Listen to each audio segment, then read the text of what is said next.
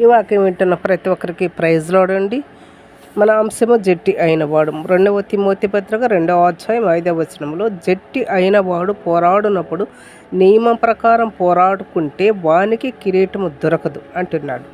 నియమం అంటే కొన్ని షరతులు పెడతారు. అలాగే విశ్వాసములో కూడా మనం సిద్ధంగా నిలబడాలి అంటే కూడా కొన్ని షరతులు ఉంటాయి. విశ్వాసం అంటే ప్రార్థించేవారే కాదు, క్రియ చేయవారుగా ఉండాలి. ఇది విన్న తరువాత నీవు క్రియ చేయకుండా నీ విశ్వాసాన్ని ఎలా చూపించగలవో ప్రయత్నించు. అట్టి విశ్వాసము నిన్ను రక్షింపగలదా? నీ వాకిటి ముందుకి ఎవరైనా వస్త్రములు లేకుండా, ఆహారము లేకుండా వస్తే చలి కాచుకునుడి, తృప్తి పొందుడి అంటే అది విశ్వాస లక్షణము కాదు కదా. లోకములోని పోరాటానికి ఇన్ని నియమాలు ఉంటే ఆత్మీయ పోరాటానికి ఇంకా ఎంత నియమాలు ఉండాలి? ఆలోచించు. భయపడక ఆత్మీయ పోరాటానికి సిద్ధపడు. షేర్ చేయండి, లైక్ చేయండి, సబ్స్క్రైబ్ చేసుకోండి.